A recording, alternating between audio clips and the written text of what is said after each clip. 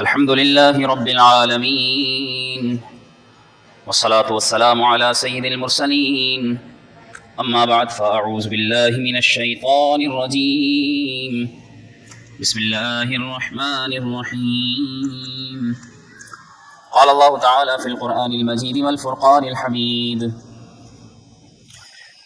يا أيها الذين آمنوا إن جاءكم فاسق بنبأ فتبينوا صدق الله تعالى مولانا العظيم وبلغنا رسوله النبي الأمين الكريم ونحن على ذلك لمن الشاهدين والشاكرين والحمد لله رب العالمین۔ آج 17 جمادی الثانی 1446 ہجری 20 دسمبر سن 2024، بیان نمبر 105۔ پچھلے 3 بیانات میں، پچھلے 3 جمعۃ المبارک میں سورہ حجرات کی تفسیر کا آغاز کیا گیا تھا اور ابتدائی 5 آیات کا خلاصہ مفہوم ذکر کیا گیا، جس میں سے پہلی آیت کریمہ میں اللہ تبارک و تعالیٰ نے احکام رسول کا پاس رکھنے، یعنی اس سے آگے نہ نکلنے، اس کی مخالفت نہ کرنے کا حکم دیا، اور دوسری آیت میں اللہ تعالیٰ نے رسول اللہ صلی اللہ علیہ وسلم کی بارگاہ میں کس طرح ادب ملحوظ رکھنا ہے یہ ذکر کیا گیا، اور تیسری اور چوتھی 5ویں آیت کریمہ میں اللہ تبارک و تعالیٰ نے حضور صلی اللہ علیہ وسلم کی بارگاہ کا ادب ذکر فرمایا کہ کس طرح رسول اللہ صلی اللہ علیہ وآلہ وسلم کے در پر حاضر ہوا جائے، کس طرح وہاں ادب کا اظہار کیا جائے، اور وہ آپ نے صحابہ کرام علیہم الرضوان کے ان چند واقعات کی روشنی میں سنا کہ کس طرح صحابہ نے حضور کی بارگاہ کا ادب کر کے دکھایا، نہ صرف حضور کی ذات کا بلکہ آپ صلی اللہ علیہ وسلم کی بارگاہ کا، آپ کے روضہ اقدس کا، آپ صلی اللہ علیہ وسلم کے متعلق چیزوں کا ان صحابہ نے ایسے والہانہ انداز سے ادب کا اظہار کیا کہ جن کو سننے کے بعد مسلمان جس کے دل میں محبت رسول کی ذرا سی بھی رمق ہو، اس کا ایمان تازہ ہو جاتا ہے۔ اور اگلی آیت کریمہ، آیت نمبر 6، جو آج کا موضوع ہے، جس کے متعلق آج کل دنیا بھر میں بڑی تحقیق کے ساتھ گفتگو کی جاتی ہے، جس کا پس منظر شان نزول کچھ ایک واقعہ ہے۔ کتابوں میں لکھا ہے، تفاسیر کا خلاصہ ہے کہ حارث بن ابی زرار یہ کون تھا؟ یہ پیارے نبی صلی اللہ علیہ وآلہ وسلم کی زوجہ حضرت جویریہ رضی اللہ تعالیٰ عنہ، جو ام المومنین ہیں، ان کا یہ والد حارث بن ابی زرار، یعنی یوں کہہ لیجئے کہ یہ امت کے نانا ہیں۔ اور جب یہ رسول اللہ صلی اللہ علیہ وسلم کی بارگاہ میں ایمان کے لیے حاضر ہوئے اور آپ صلی اللہ علیہ وسلم کی بارگاہ میں ایمان لے آئے، تو آپ صلی اللہ علیہ وسلم نے انہیں زکوٰۃ کا فریضہ بتلایا، اور تو انہوں نے عرض کیا کہ یا رسول اللہ صلی اللہ علیہ وسلم، میں اپنے قبیلے میں واپس جاؤں گا۔ بنی مستلق قبیلے سے ان کا تعلق تھا، وہاں کے جا کے سرداروں کو میں آپ کے دین کی دعوت دوں گا، اور جو مسلمان ہو جائیں گے ان کے ساتھ ساتھ میں اپنی زکوٰۃ جمع کر کے رکھ لوں گا، اور جب زکوٰۃ کی وصولی کا وقت آئے گا تو آپ کسی قاصد کو بھیجیے گا تو میں اس کے حوالے کر دوں گا۔ یہ گئے اور انہوں نے اپنی قوم میں ایمان کی دعوت پیش کی، کئی لوگ ایمان لے آئے، اور انہوں نے اس طرح وقت ہونے پر زکوٰۃ جمع کر لی اور منتظر رہنے لگے کہ کب قاصد رسول آئے، عامل جس کو کہا جاتا ہے، وہ آئے اور زکوٰۃ وصول کر کے لے جائے۔ ادھر رسول اللہ صلی اللہ علیہ وآلہ وسلم ان سے کہہ چکے تھے کہ میں قاصد بھیجوں گا۔ آپ صلی اللہ علیہ وسلم نے قاصد کس کو بھیجا؟ کتابوں میں لکھا کہ ولید بن عقبہ بن ابی معیط، یہ صحابی رسول جنہیں آپ صلی اللہ علیہ وآلہ وسلم نے استقبال زکوٰۃ کی وصولی کے لیے اس قبیلے کی طرف بھیجا کہ جاؤ اور زکوٰۃ لے کر آؤ۔ جب یہ زکوٰۃ لے کر نکلے اور ادھر جو ہے وہ انتظار کر کے آخر انہوں نے اپنے چند لوگوں کو ایک دستے کی صورت میں رسول اللہ صلی اللہ علیہ وسلم کے پاس بھیجنے کے لیے روانہ کر دیا کہ کہیں ایسا نہ ہو کہ زکوٰۃ میں تاخیر ہو جائے اور ہم وقت پر زکوٰۃ نہ پہنچا سکیں اور آپ صلی اللہ علیہ وسلم پھر ناراض ہوں اور اللہ کے حکم پر عمل میں تاخیر ہو۔ وہ ادھر سے اپنا ایک دستہ روانہ کر چکے، اور بعض کتابوں میں لکھا ہے کہ انہوں نے کوئی قافلہ نہیں بھیجا تھا، اور یہ قاصد رسول جب پہنچے، اور یہ جو قاصد رسول تھے ولید بن عقبہ، یہ کون ہیں؟ حضرت عثمان غنی رضی اللہ تعالیٰ عنہ کے ماں شریک بھائی ہیں، یعنی ان دونوں کی والدہ ایک ہیں، ایک ہی ماں سے پیدا ہوئے، باپ جدا جدا۔ حضرت عثمان وہ عفان کے بیٹے ہیں، اور یہ ولید یہ عقبہ کے بیٹے ہیں، یعنی ان دو لوگوں نے ان کی والدہ سے نکاح کیا، ایک کے بعد ایک سے حضرت عفان سے جو پیدا ہوئے یہ حضرت عثمان غنی، اور عقبہ سے جو پیدا ہوئے وہ ولید۔ تو یہ جب قاصد رسول پہنچے تو ان کے قبیلوں میں ایک پرانی دشمنی تھی، بنی مستلق میں اور ان کے قبیلے میں۔ تو تو جب یہ قاصد رسول پہنچے اور انہوں نے دور سے دیکھا کہ انہیں خبر مل چکی تھی کہ قاصد رسول آ رہا ہے، تو وہ استقبال کے لیے والہانہ انداز میں باقاعدہ ہتھیاروں سے لیس ہو کر ایک اچھے انداز سے ان کا استقبال کرنا چاہتے تھے کہ رسول اللہ کا قاصد آئے گا تو ہم اس کا استقبال کریں۔ یہ سمجھے کہ چونکہ ہماری ان سے پرانی دشمنی تھی تو یہ مجھے مارنے کے لیے آ رہے ہیں، تو ان کے ذہن میں یہ بیٹھ گیا کہ کہیں یہ مجھے قتل نہ کر دیں، اور یہ دور سے دیکھ کر واپس رسول اللہ صلی اللہ علیہ وسلم کی بارگاہ میں چلے گئے۔ یہاں ایک بات جو نقطے کی جو ہمارے لیے قابل ثبوت بھی ہے، قابل عمل بھی ہے، کہ دیکھیے کہ اس وقت کے صحابہ کرام علیہم رضوان کا بھی یہ طریقہ تھا کہ وہ رسول اللہ کی آمد کا ہی نہیں بلکہ رسول اللہ کے قاصد کا بھی استقبال کرنے کے لیے اس وقت کے لحاظ سے باقاعدہ تیار ہو کر کھڑے ہوئے تھے۔ تو جب قاصد رسول کا استقبال صحابی کرنے کے لیے تیار ہیں تو پھر خود رسول اللہ صلی اللہ علیہ وآلہ وسلم کا استقبال کرنا کیوں جائز نہیں ہوگا؟ آپ کی آمد پر کیوں خوش ہونا جائز نہیں ہوگا؟ اس لیے رسول اللہ صلی اللہ علیہ وسلم کی آمد پر خوش ہونا زیادہ حق بنتا ہے۔ الغرض جب یہ واپس پہنچے اور جا کر رسول اللہ صلی اللہ علیہ وسلم سے عرض کیا کہ یا رسول اللہ صلی اللہ علیہ وسلم وہ تو مجھے قتل کرنے آ رہے ہیں، بجائے یہ کہ وہ زکوٰۃ دیں، چونکہ یہ سمجھے کہ ہماری پرانی دشمنی ہے اور وہ ہتھیار ان کے پاس ہیں، تو انہوں نے اپنے طور پر گمان قائم کر لیا اور یہ گمان رسول اللہ کی بارگاہ میں رکھ دیا۔ آپ صلی اللہ علیہ وآلہ وسلم نے جب یہ سنا کہ وہ انہیں ہتھیاروں کے ساتھ گویا کہ قتل کرنے کا ارادہ رکھتے ہیں ان کے کہے کے مطابق، تو آپ صلی اللہ علیہ وسلم نے باقاعدہ ایک دستہ تیار کیا لشکر کے طور پر، جس کا سرغنہ بنایا حضرت خالد بن ولید کو، اور انہیں کہا کہ جاؤ اور مجھ سے زکوٰۃ بھی وصول کرو، اور اگر انکار کریں تو ان کے ساتھ جہاد کرو۔ جب یہ معاملہ ہوا اور خالد بن ولید رستہ لے کر پہنچے اور جا کر جب دیکھا اور جاسوس کو پہلے بھیجا کہ دیکھو وہ کیا ارادہ رکھتے ہیں، لڑائی کا یا حکم رسول پر عمل کرنے کا، تو جاسوس نے آ کر بتایا کہ وہ تو اذانیں بھی دے رہے ہیں، نمازیں بھی پڑھ رہے ہیں، ایسا کوئی ان کا لڑائی کا ارادہ نہیں رکھتا۔ جب حضرت خالد بن ولید ان کے درمیان پہنچے اور جا کر حضور علیہ السلام کا حکم سنایا تو انہوں نے کہا کہ ہم تو سچے فدائے رسول ہیں، عاشق رسول ہیں، محبت رسول رکھنے والے ہیں، ہم تو حضور کے حکم پر جانیں قربان کرنے والے ہیں، ہم تو حضور علیہ السلام کے حکم کے مطابق زکوٰۃ ادا کرنے کو تیار ہیں۔ انہوں نے صدقات پیش کیے اور یہ خالد بن ولید لے کر حضور کی بارگاہ میں پہنچانے کے لیے تشریف لائے۔ جب پہنچائے اور حضور نے حقیقت پوچھی تو انہوں نے بتائی یا رسول اللہ صلی اللہ علیہ وآلہ وسلم، حقیقت یہ ہے کہ انہوں نے انکار کچھ نہیں کیا، وہ تو راضی برضا زکوٰۃ دینے پر تیار تھے، پہلے جن کو بھیجا گیا تھا انہیں غلط گمان ہو گیا، اور غلط گمان کی وجہ سے وہ پرانی دشمنی کو لے کر بیٹھ گئے، یہ سمجھے کہ شاید یہ مجھے قتل کرنے آ رہے ہیں، اور انہوں نے آ کر آپ سے یہ کہہ دیا۔ یہ بات واقعہ برا ہوا اور اللہ کا قرآن نازل ہو گیا، اور آیہ قرآنی میں اللہ تبارک و تعالیٰ نے واضح حکم ارشاد فرمایا یا ایھا الذین آمنوا ان جاءکم فاسق بنبأ، اے ایمان والو اگر کوئی بھی گناہ گار، کوئی بھی فاسق اگر تمہارے پاس کوئی بھی خبر لے کر آئے فتبینوا، تو اس کی تحقیق کر لیا کرو، اس کے بارے میں ذرا سوچ وچار کر لیا کرو، غور فکر کر لیا کرو، حقیقت پتہ کر لیا کرو کہ معاملہ کیا ہے۔ یہ جو بات ہے ایمان والوں سے جو کہی گئی اور باقاعدہ ایمان والوں کو مخاطب کر کے سمجھایا گیا کہ اگر فاسق آئے، اب فاسق کون ہوتا ہے؟ علماء لکھتے ہیں ایک تو کافر کو بھی فاسق کہا جاتا ہے، یعنی جس طرح پرانی آیہ کریمہ میں ہے کہ افمن کانا مؤمنا کمن کانا فاسقا، کیا جو مومن ہے کیا وہ کافر جیسا ہو سکتا ہے؟ تو وہاں کافر کو فاسق سے تعبیر کیا گیا ہے، گویا فاسق جو ہے وہ کافر ہوتا ہے۔ اور ایک قول اس کے بارے میں یہ ہے کہ فاسق وہ ہوتا ہے جو اعلان گناہ کبیرہ کرتا ہو، جو سب کے سامنے کبیرہ گناہ کرتا ہو، سب کے سامنے شراب پیتا ہو، سب کے سامنے وہ ڈاکہ چوری کرتا ہو، وہ سب کے سامنے کوئی کبیرہ گناہ جس سے اللہ نے منع کیا ہے جیسے قتل کرنا، وہ سر عام قتل کرتا ہو، ایسے گناہ، جوا کھیلتا ہو، سود لے کر دیتا ہو، سب کو پتہ ہو، اس طرح کا کبیرہ گناہ کرنے والا سر عام وہ اللہ کے احکام کی خلاف ورزی کرتا ہو، جیسے نماز قضا کرنا، نماز کو ضائع کر دینا، یہ کبیرہ گناہ ہے۔ تو جس کو پتہ ہو کہ یہ شخص بے نمازی ہے، یعنی نماز ہی نہیں پڑھتا، وہ شخص بھی فاسق ہے۔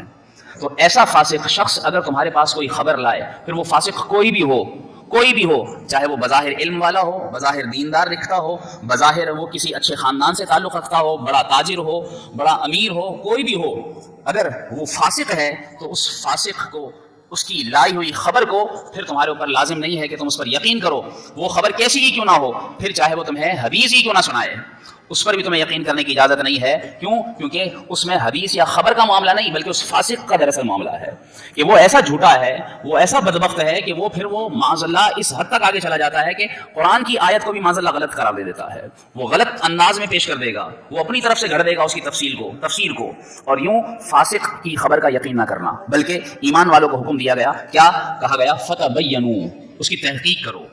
اب ہمارے ہاں اس معاملے میں دیکھیں ہم لوگ کہ کتنی تحقیق کا عمل کرتے ہیں. اسی تفصیل میں مزید بیان کرتا ہوں. علماء نے لکھا ہے کہ یہاں پر پہلی بات تو یہ جان لی جائے کہ وہ ولید بن عقبہ جو خبر لائے تھے جس کے پس منظر میں آیہ کریمہ نازل ہوئی، تو پہلے تو کوئی ہرگز یہ نہ سمجھے کہ وہ فاسق تھے. صحابی کبھی بھی فاسق نہیں ہو سکتا، کیونکہ اگر وہ فاسق ہوتے تو رسول اللہ صلی اللہ علیہ وآلہ وسلم انہیں اپنا قاصد بنا کر ہی نہ بھیجتے. معلوم ہو وہ فاسق نہیں تھے. کوئی ہرگز یہ گمان نہ کرے کہ معاذ اللہ صحابی فاسق تھے تو کہا گیا، ہرگز ایسا نہیں. اور دوسری بات کہ یاد رکھیے کہ صحابہ کرام کی تو وہ شان ہے، کوئی بھی صحابی ہو، جس طرح دعوت اسلامی کے امیر اہل سنت مولانا الیاس ستار قادری دامت برکاتہم العالیہ نے یہ نعرہ امت کو دیا ہے کہ ہر صحابی نبی جنتی جنتی، کوئی بھی صحابی ہو وہ جنتی ہے. اس کے بارے میں کسی قسم کا شک کرنے کی اجازت نہیں ہے. کوئی اس کو کہہ سکے کہ فاسق ہے، وہ اپنے ایمان کے فکر کرے، اس کے ایمان کے لالے پڑ جائیں گے. ہرگز کسی صحابی کے بارے میں شک نہ کرے. تو اس اعتبار سے یاد رکھیے کہ صحابی تو وہ ہے، علماء لکھتے ہیں کہ کوئی عمر نوح پالے، نوح علیہ السلام کی جتنی عمر، جنہوں نے 950 سال تو صرف تبلیغ کی تھی، فرماتے ہیں کہ اگر کوئی نوح علیہ السلام جتنی عمر بھی پالے اور اتنی عبادت کرے اور اس کی عبادت ایک طرف رکھی جائے، اور جو صحابی رسول اللہ صلی اللہ علیہ وآلہ وسلم کے ساتھ کسی غزوے میں شریک ہوا ہے اور اس شریک صحابی کے چہرے پر جو گرد پڑی ہے، فرمایا ایک طرف وہ 950 سال کی عبادت رکھو گے اور صحابی کے چہرے پر پڑی ہوئی وہ گرد، وہ مٹی لگاؤ گے، دیکھو گے تو اس مٹی کا زیادہ رتبہ ہوگا اور 950 سال کی عبادت کا رتبہ کم ہوگا. اللہ نے صحابہ کو یہ شان عطا فرمائی ہے، یہ مقام عطا فرمایا ہے، یہ صدقہ رسول ہے، یہ ذریعہ رسول ہے، یہ زیارت رسول کا صدقہ ہے، یہ صحبت رسول کا صدقہ ہے. اس لیے صحابی کے بارے میں کوئی ہرگز شک نہ کرے.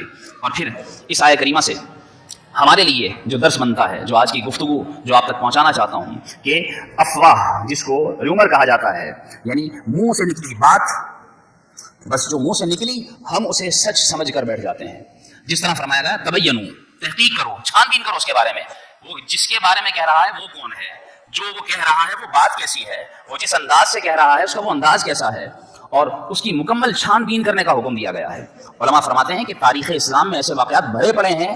سب سے بڑا واقعہ افک کا ہے، جو حضرت عائشہ صدیقہ رضی اللہ تعالیٰ عنہا پر جو بہتان لگایا گیا اس کا تعلق افواہ سے تھا. افواہ کیا پھیلائی تھی کسی منافق نے؟ وہ افواہ یہ تھی کہ حضرت عائشہ صدیقہ کسی صحابی کے ساتھ پیچھے رہ گئی تھی اور انہیں اپنا ہار ڈھونڈتے ہوئے دیر لگ گئی تھی، وہ حاجت کے لیے گئی تھی اور پھر وہ ہار ڈھونڈنے میں ان کو دیر ہوئی، وہاں ہار گر گیا تھا، وہ ڈھونڈ کر لانے میں دیر ہوئی، قافلہ جا چکا تھا، جسم کی ہلکی تھی جو کجاوا اٹھایا گیا، پتہ بھی نہیں پڑا کہ بیٹھی ہیں یا نہیں بیٹھی، قافلہ سمجھا بیٹھ چکی ہیں، آگے چلے گئے. بعد میں جو صحابی پیچھے جو باقاعدہ مقرر ہوتے تھے کہ گرا پڑا سامان اٹھاتے ہوئے آئے، وہ آئے، دیکھا حضرت عائشہ صدیقہ پیچھے ہیں، وہ ان کے ساتھ قافلے سے آ کر مل گئیں.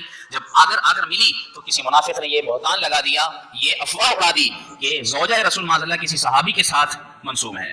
اور جب یہ افواہ پڑی تو اللہ تبارک و تعالیٰ نے 18 آیتوں کے اندر حضرت عائشہ کی براءت، ان کی پاک دامنی کا بیان فرمایا. 18 آیتوں میں، سورہ نور کی آیت، اور اس میں علماء لکھتے ہیں کہ یہ اس بہتان کا جو تعلق تھا وہ افواہ سے تھا. منہ سے بات نکلی اور منافقوں نے وہ بات پکڑ لی. کس کے بارے میں؟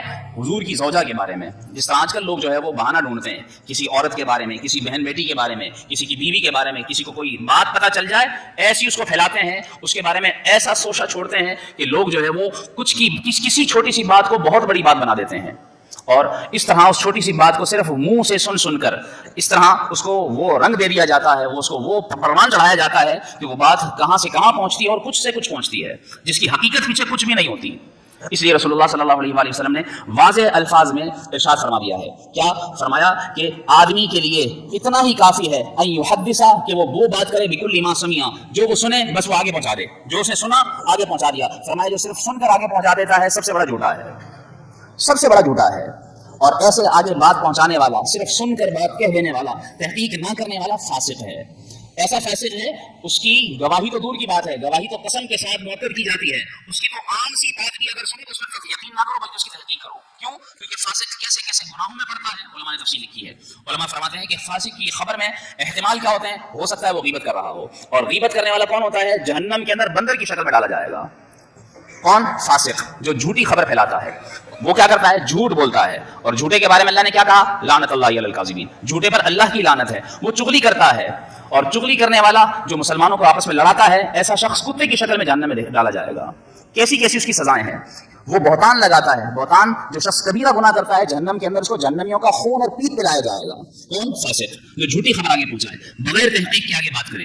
وہ حسد کرتا ہے جس کے بارے میں وہ غلط بات پہنچاتا ہے، اس سے حسد، وہ حسد کی گناہ میں مبتلا ہوتا ہے. اور حسد کرنے والے کے پاس نیکیاں کچھ نہیں بچتی. کتابوں میں لکھا ہے، حدیث کا خلاصہ ہے کہ حسد یہ نیکیوں کو یوں کھا جاتا ہے جیسے سوکھی لکڑیوں کو آگ کھا جاتی ہے. اس کے پاس نیکیاں نہیں رہتی. وہ لوگوں کے درمیان جھگڑا کرواتا ہے. یہ جھگڑا کروانا یہ کبیرہ گناہ ہے.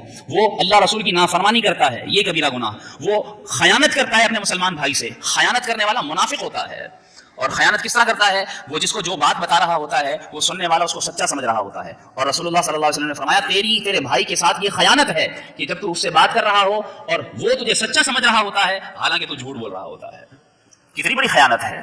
اور یہ وہ فاسق کر رہا ہوتا ہے. فرمایا اسی طرح فاسق دل آزاری سے کام لیتا ہے. جب وہ کسی کے بارے میں جھوٹی بات پہنچائے گا، جب اس کو پتہ چلے گی تو اس کا دل دکھے گا. اور دل دکھانا کتابوں میں لکھا ہے، روایت کا خلاصہ ہے کہ کعبے کی دیوار ڈھانے سے زیادہ برا کسی مسلمان کا دل دکھانا ہے. کتنا بڑا گناہ ہے.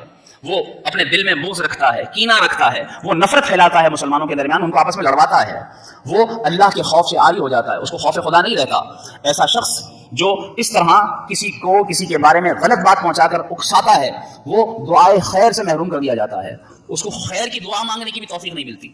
یہاں تک کہ ایسا شخص جس میں کم ظرفی بھر چکی ہوتی ہے وہ شخص، کتابوں میں لکھا ہے کہ پھر آخرکار اس پر بہتان اور یہ سارے گناہ کرنے کی وجہ سے اس فاسق کے اوپر غلط خبریں، غلط افواہیں پھیلانے کی وجہ سے اس کے اوپر سب سے بڑا جو اس کے اوپر لیبل لگتا ہے وہ منافق کا لگتا ہے. فرمایا کہ بے شک منافق وہ جہنم کے سب سے نچلے طبقے میں ڈالا جائے گا. سب سے نچلے طبقے میں منافق کی سزا ہے، یعنی وہ کافر سے بھی بدترین ہے. اب ذرا غور کیجئے، آج ہمارے اندر یہ سماجی بیماری بن چکی ہے. ایک تحقیق کے مطابق بتایا گیا ہے کہ جس طرح 5th جنریشن کے اندر ایٹمی ہتھیار یہ ہتھیار کے طور پر استعمال کیا جا رہا ہے، اسی طرح جس طرح میڈیا کی جنگ جاری ہے، جس طرح معلومات کی جنگ جاری ہے، اسی طرح بہت بڑی جنگ جو 5th جنریشن کے اندر جو وار کے طور پر آپس میں اندر ہی اندر لڑی جا رہی ہے وہ یہ غلط افواہ کی جنگ ہے. یہ غلط خبریں پھیلا دو، پوری قومیں لڑا دی جاتی ہیں، پورے ملکوں کے اندر فساد برپا کر دیا جاتا ہے. کروڑوں اربوں ڈالرز کا نقصان غلط خبروں کی وجہ سے ہو جاتا ہے. غلط خبر پہنچتی ہے. آج ہمارے معاشرے کے اندر دیکھیے، گھروں کے اندر جو لڑائی جھگڑوں کی بڑی وجوہات ہیں ان میں سے ایک وجہ غلط خبر بھی ہے، جھوٹی خبر ہے، افواہ. ہم تحقیق نہیں کرتے. ساس نے بہو کے بارے میں کچھ کہہ دیا بیٹے کو، یا بہو نے ساس کے بارے میں، بیٹے کی ماں کے بارے میں کچھ بھی کہہ دیا اور بیٹے نے یا شوہر نے یقین کر لیا، جھگڑے کا سبب بن جاتا ہے. وہ تحقیق ہی نہیں کرتا، بات کچھ کی کچھ نکلتی ہے، بات اصل ہوتی نہیں ہے. نند بھابھی میں جھگڑا ہے، بیٹیوں میں، ماں میں جھگڑا ہے، بہنوں میں آپس میں جھگڑا ہے، بھائیوں میں آپس میں جھگڑا ہے، باپ بیٹے میں جھگڑا ہے، پڑوسیوں میں جھگڑا ہے، ساتھ کام کرنے والے کولیگز میں آپس میں جھگڑا ہے. کس وجہ سے؟ غلط خبر کی وجہ سے. دوستیاں ختم ہو جاتی ہیں، رشتہ داریاں ختم ہو جاتی ہیں، رشتے توڑ دیے جاتے ہیں، طلاقیں کروا دی جاتی ہیں غلط خبر کی وجہ سے. تحقیق نہیں ہوتی. پتہ چلتا ہے کہ اس نے تو ایسا کچھ کہا ہی نہیں تھا جو اس کے بارے میں بتایا گیا. اس کو تو، جس کو عام لفظوں میں کہا جاتا ہے، اس کے تو فرشتوں کو بھی خبر نہیں ہوتی، ایسا ہوتا بھی نہیں ہے، اس کی تو بنیاد ہی نہیں ہوتی اور وہ بات کہہ دی جاتی ہے. کسی کو جو ہے جھوٹا کہا جاتا ہے، کسی کو دغاباز کہا جاتا ہے، کسی کو ریاکار کہا جاتا ہے، کسی کو چور کہا جاتا ہے، کسی کو معاذ اللہ ڈاکو کہا جاتا ہے، نہ جانے کیا کچھ کہا جاتا ہے. اور اس طرح بغیر تحقیق کیے، بغیر کوئی شرعی ثبوت لائے جب کسی کے بارے میں یوں انسان بہتان لگاتا ہے تو وہ شخص فاسق کہلاتا ہے. اور اس کی ہمارے معاشرے کے اندر کئی جو قسمیں ہیں، کئی تحقیقات پائی جاتی ہیں.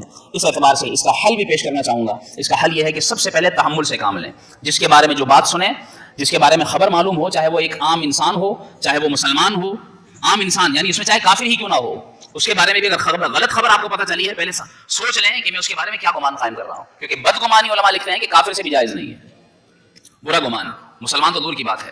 پھر دیکھ لیں کہ وہ مسلمان ہے، پھر دیکھ لیں کہ وہ مذہبی آدمی ہے، دیکھ لیں کہ کوئی دیندار آدمی ہے، دیکھ لیں کہ وہ آپ سے عمر میں بڑا ہے، آپ سے رتبے میں بڑا ہے، آپ سے رشتے میں بڑا ہے، آپ کا اس کے ساتھ کوئی خونی تعلق ہے، نسبی تعلق ہے، اس کے ساتھ کوئی آپ کا نسبی تعلق ہونے کے ساتھ ساتھ کوئی اور دینی تعلق ہے، کسی بھی طرح سے. پہلے سوچ لیں، تحقیق کریں اور اس کے بارے میں صبر سے کام لیں. اپنے جذبات پر قابو رکھیں، جذبات میں نہ آئیں. جذبات میں آ جائیں گے فوراً مان لیں گے. جو آپ کو بات پہنچا رہا ہے اس سے کہیں ٹھیک ہے میں بات کرتا ہوں، میں سمجھتا ہوں، دیکھتا ہوں. اس کے بعد ذرا صبر سے کام لیں، کیونکہ قرآن آیت کریمہ کے اندر جہاں یہ لفظ ہے فتبینوا، اس کی جگہ ایک قرات میں فتثبتوا بھی کے الفاظ بھی ہیں کہ تم ذرا وہاں پر ثابت قدم رہو، ذرا سوچو، انتظار کرو، دیکھو اصل بات کیا نکل کر سامنے آتی ہے. چند دنوں کے بعد پتہ چلتا ہے کہ میڈیا پر جو خبر چلائی گئی اس خبر کی کوئی حقیقت نہیں تھی.